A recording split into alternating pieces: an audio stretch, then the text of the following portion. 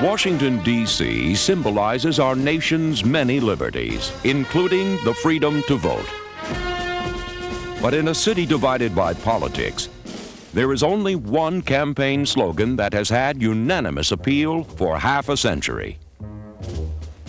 Hail to the Redskins! Hail victory! Braves on the warpath! Fight for old D.C. Run or pass and score, we want a lot more. Beat 'em, swamp 'em, touch them, let the points soar. Fight on, till you have won. Sons of Washington, rock, rock, rock!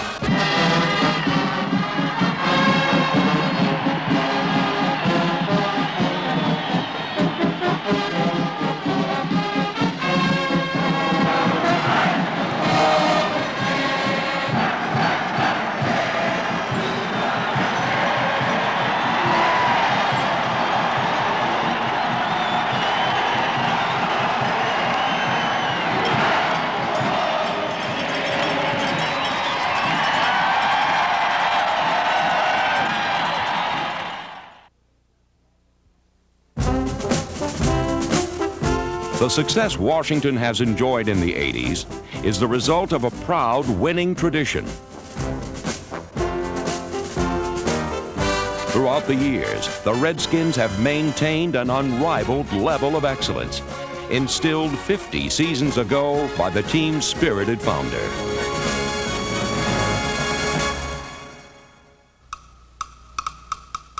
George Preston Marshall invested in the Boston Braves in 1932. But it wasn't until the flamboyant showman moved his team to Washington in 1937 that the Redskins began to earn rave reviews. Merchandising the team like his successful laundry business, Marshall proudly introduced pro football's first marching band, first fight song, and halftime shows that occasionally got a bit out of hand. Our last home game before Christmas, in December. The first time he had a helicopter flying over and had Santa Claus bail out, and the wind picked the Santa Claus up, and like they killed him. Put it on top of the buildings back here in the wind blew. But how smart he was, he had a substitute on under there. Here he comes out, see? Marshall, he put on the show. Marshall's flair for showmanship even extended to the signing of his #1 draft choice, Slingin' Sammy Baugh. When I was in school at TCU, I was flying to Washington to sign a contract. And at that time, I didn't wear boots. I didn't wear a cowboy hat at that time. But Mr. Marshall told me to wear a cowboy hat and boots and have a little Western flair there. And I did. Marshall turned Baugh into an urban cowboy. And in his very first season, Slingin' Sammy successfully tamed the wild frontiers of pro football. In the 1937 NFL championship game, Baugh threw for over 300 yards and 3 touchdowns, 2 to Hall of Famer Wayne Milner, number 40, in a 28-21 win over the Bears, while Chicago turned around and embarrassed Washington 73-0 in the 1940 title game. 2 years later, Baugh once again passed the Redskins to the world title and revenge by beating the Bears 14-6. In the late 30s and 40s, Washington was one of the NFL's most exciting teams, and Marshall ensured the Redskins' popularity by casting only the finest players in starring roles. Running back Cliff Battles led Washington in rushing in 1937. And along with Andy Farkas and Dick Todd began the long list of great Redskin backs. Baugh made the forward pass an offensive weapon instead of a desperate measure, and benefited from receivers such as Wayne Milner and Hugh Bones Taylor, number 28. While the early defenses were often overshadowed, players like lineman Turk Edwards and defensive back Dan Sandifer earned star status. But Washington was known for its aerial circus, and George Marshall's ringleader was Hall of Famer Sammy Baugh, who in 14 seasons led the Redskins to 5 division titles and 2 world championships. In the 50s, Marshall signed the diminutive Eddie LeBaron, and the imaginative owner devised a method for LeBaron to measure up to Ball's lofty stature. Mr. Marshall didn't want a short quarterback. So in the programs in those days, initially I was 5'10" and 180 when we started, and gradually they finally talked him into putting my true size down of 5'7" and 160. LeBaron led Washington in passing 5 times, proving he could stand tall against NFL defenses.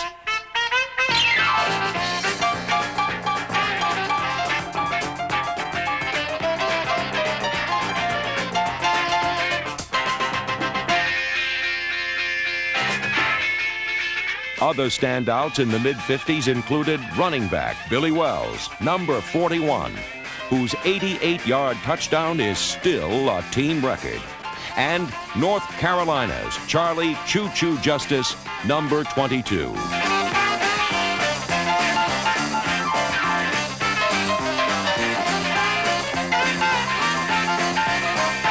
Aided by the blocking of number 60, 3-time Pro Bowl guard Dick Stanfel, Don Bossler, number 31 of the famous 57 All-Rookie Lollipop backfield, emerged as Washington's top runner in the late 50s.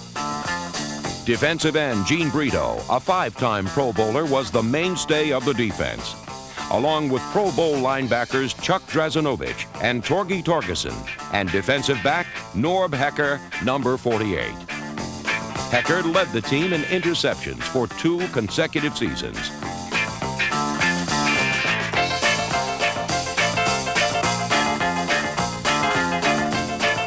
Two other heroes of the 50s, this defensive back, number 25,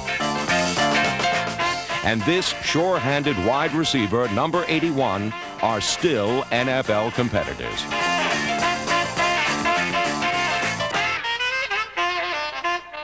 Both eventually gave up their helmets for headsets and are now successful head coaches with the New York Jets and Miami Dolphins.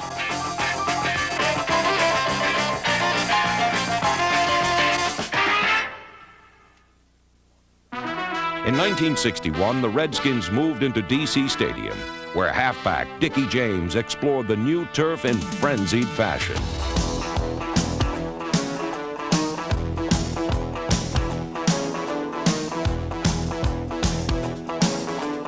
James' electrifying running style was matched by the high voltage output of receiver Bobby Mitchell.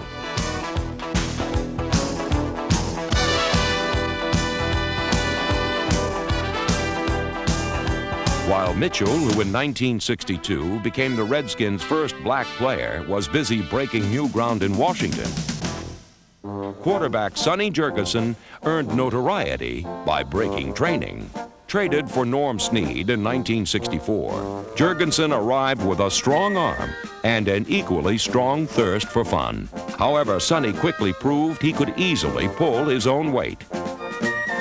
In 1965, Jurgensen threw 3 touchdown passes and brought his team back from a 21-0 deficit to beat Dallas in the greatest comeback ever by a Redskin team.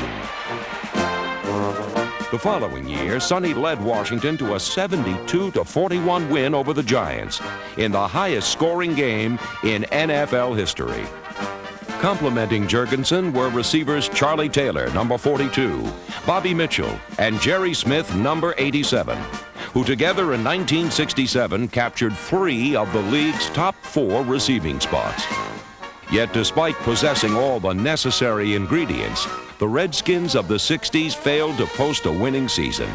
But 1969 saw the arrival of a master architect.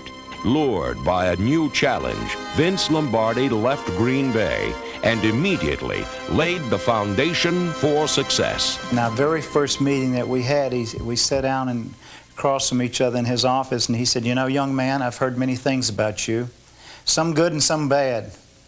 He said, "I'm sure you've heard good and bad about me." He said, "The only thing I ask of you is to be yourself. Don't try to emulate anybody else. Don't try to be something that you're not. You be yourself, and we're going to win." Although Sonny maintained his free-spirited identity, his team underwent a major personality transformation.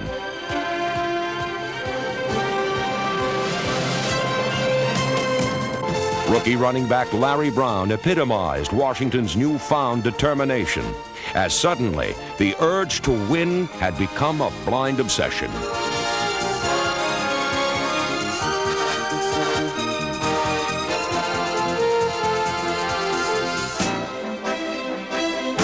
While Sonny motivated the offense, linebacker Sam Huff captained the defense.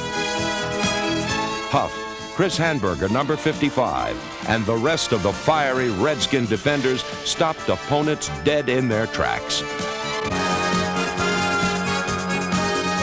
Lombardi had magnificently renewed an entire organization's dedication to victory, and by year's end, the Redskins' 7-5-2 record represented the team's first winning season since 1955. Tragically, Vince Lombardi died the following year. And while he'll be remembered most for the dynasty he built in Green Bay, the magic he performed in the nation's capital will never be forgotten by Redskin fans.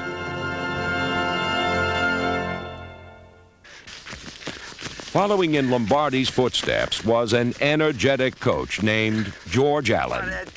Unlike most coaches, Allen was an advocate of the future is now theory, emphasizing experience over youth.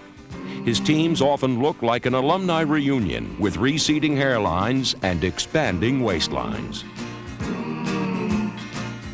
Coach Allen would time the ball players in training camp, and very few of the veterans got timed. I don't think George wanted to know how slow we really were. Just remember this, 40 men together can't lose, okay? Despite the Redskins' questionable conditioning, Allen put together some of the finest NFL teams of the 70s. Like Lombardi, Allen inspired great performances from his players. In 1973, a Redskin victory was secured over the Cowboys when Hall of Fame defensive back Ken Houston dramatically stopped Walt Garrison on the goal line.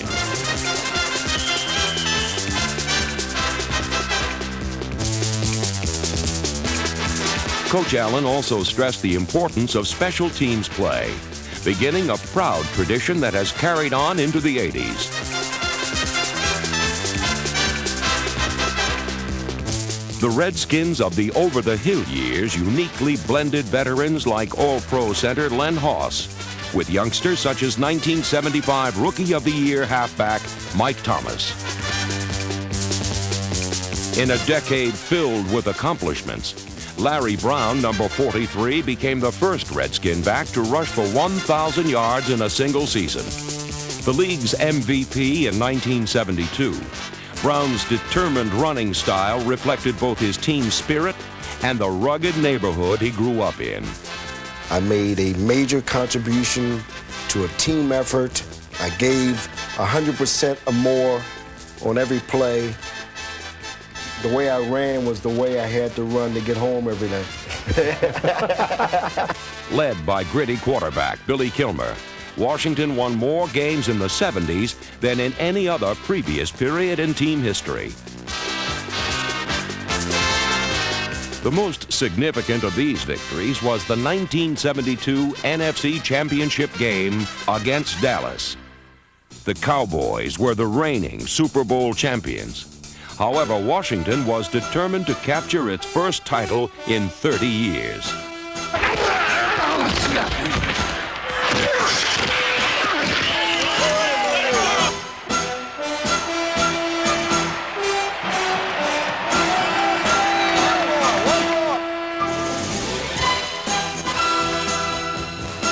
In what was becoming one of the most bitter rivalries in professional football, Washington outclassed the Cowboys 26-3 to earn a trip to Super Bowl VII. In the LA Coliseum, the Redskins faced the undefeated Miami Dolphins.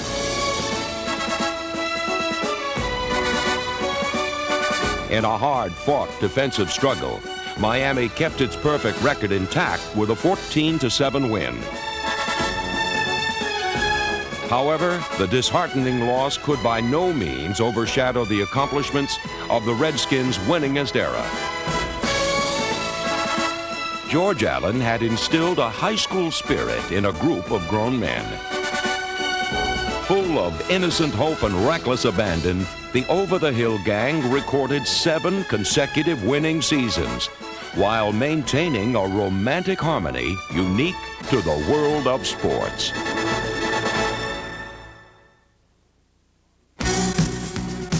In the 80s, General Manager Bobby Beathard helped Washington proceed on its prosperous path by hiring head coach Joe Gibbs in 1981. Gibbs arrived in the nation's capital with a high-tech approach that has launched the Redskins into the space age. Coach Gibbs' fashionable offenses have established the NFC's best record since '82, as well as trends and milestones. Back is Theismann, steps up, fires it down the far side. He's got it complete to Monk. There's the record at the 30. He's down to the 20. Inside the 20, and Art Monk has just broken the National Football League record for receptions in a single season. 9 seconds to go. Theismann to hold from the 32, a 42-yard attempt. 20 long enough.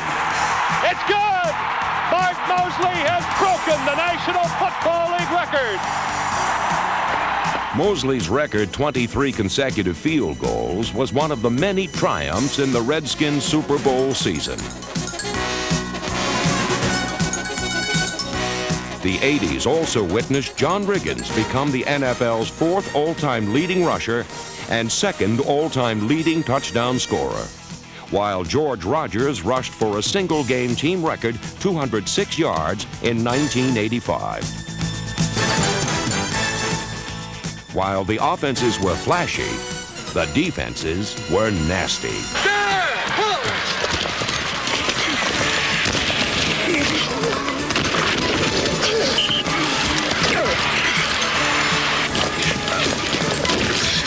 Under Gibbs, Washington has consistently ranked among pro football's best defenses versus both the pass and run.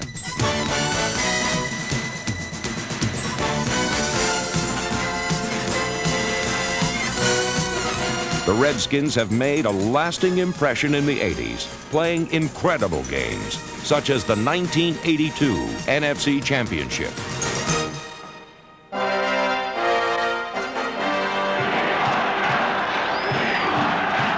We want Dallas. The chant still goes. 50,000 people screaming, "We want Dallas." Time to pull up those socks, defense. Let's see what happens. Gets the snap. Back. Blitz is on.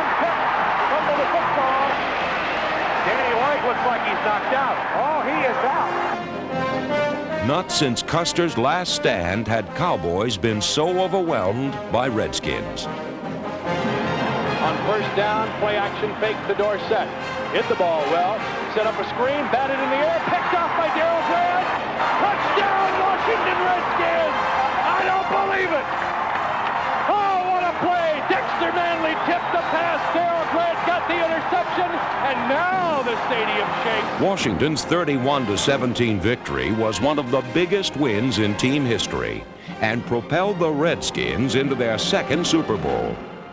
I am in a state of ecstasy. Never mind that nonsense about euphoria and so on. It is sheer, unadulterated, uncompromising ecstasy. We busted our ass. We've worked harder than anybody to get here. Nobody can beat us in a team, and it's worth $70,000 and a big ring. The Redskins were Braves on the warpath in 1982, and when the sun set in Pasadena, Super Bowl 17 became another feather in their headdress. Here comes the diesel. Here comes the diesel. Should come with John Riggins right up the middle. Shot! Yellow 41! Yellow 41! Hunt! There's the snap, hand to Riggins. Good hold. He's got the first down to the 40. He's gone. The 35, the 30, the 20. He's gone. He's gone. Touchdown, Washington Redskins.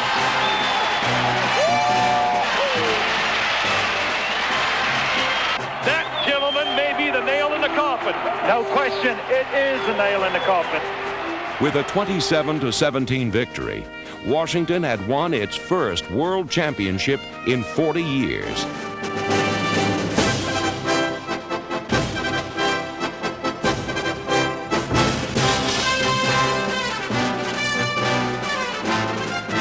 In the 80s, the Redskins have risen to the summit of pro football.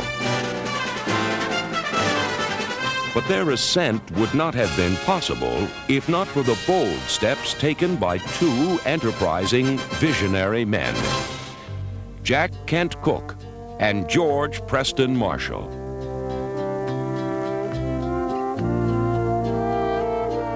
From the past to the present, every Redskin team has reflected their adventurous nature. The players have been special men who, while bound by a common goal, were all very different.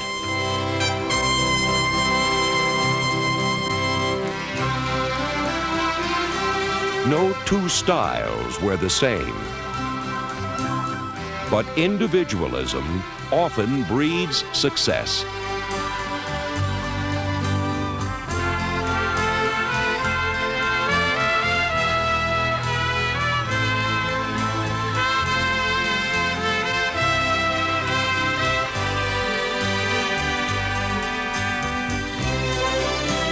Occasional disappointments didn't prevent achievement. They inspired it. Play action fake by Schrader. Quick hitter over the middle to the earth. Touchdown, Washington Redskins.